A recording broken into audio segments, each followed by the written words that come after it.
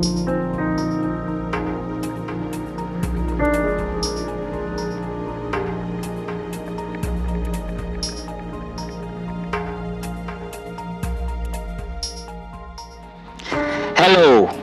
my name is Julius Bagaya from Kenya, Africa. 15 years now I've been involved in church planting and training in church growth across Africa. But 2 years ago, I came across a new concept of church growth and church planting that I would like to share with you about. Welcome. In much of my ministry life, I have attended many conferences and read many books about how to handle orphans and church. But I've just never seen a model where the two are fused together. And not only orphans and church, but orphans, church, and the community. In most cases, we take kids out of the community and send them to some city place somewhere. But this is kind of a unique model. That's why I said it is a new concept that is taking shape in Africa. The kids are part of the community, part of the church, and they are still children within the community. They are not disconnected from the life of the community, because the church is not in the city, it goes to them in the community and takes the shape of the life of that community. One great thing about such an environment, a church and a home, is that orphans are brought together, boys and girls, and they can stay together, play together, and do lots of activities together. So here is one area where some of the children stay. In this room, you can see we can have 5 or 6 kids here to sleep.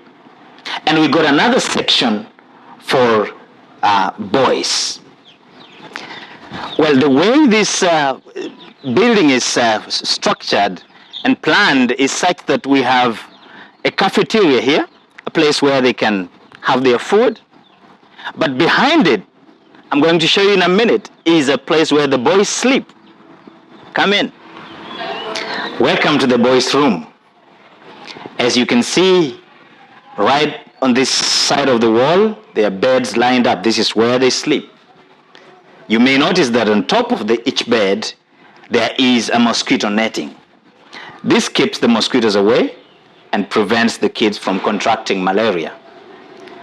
You may want to know that malaria is still the highest killer disease in Kenya. AIDS is number 2. But even those kids that are affected by AIDS are usually killed by malaria. So this is very important for us, to have a net on every bed.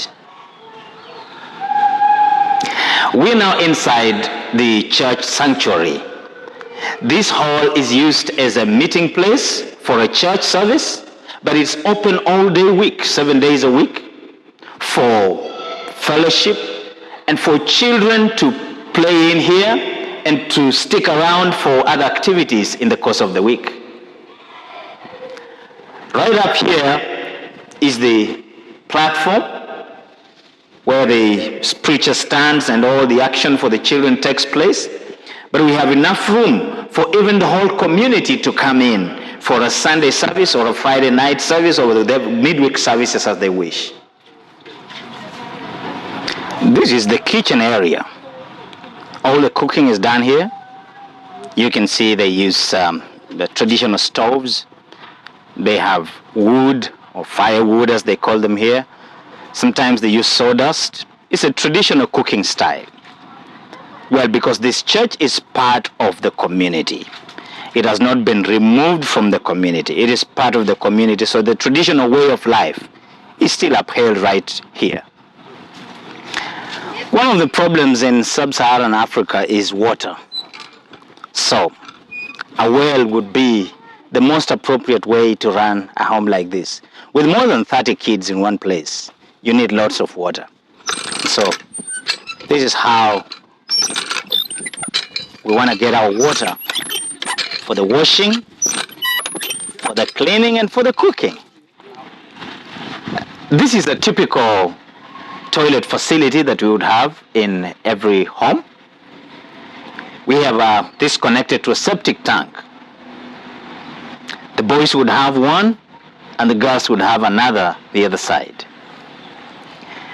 Behind the home, we have a fish pond. This is basically for the provision of proteins for the meals of the kids. So once in a while it's harvested and we get fish for protein.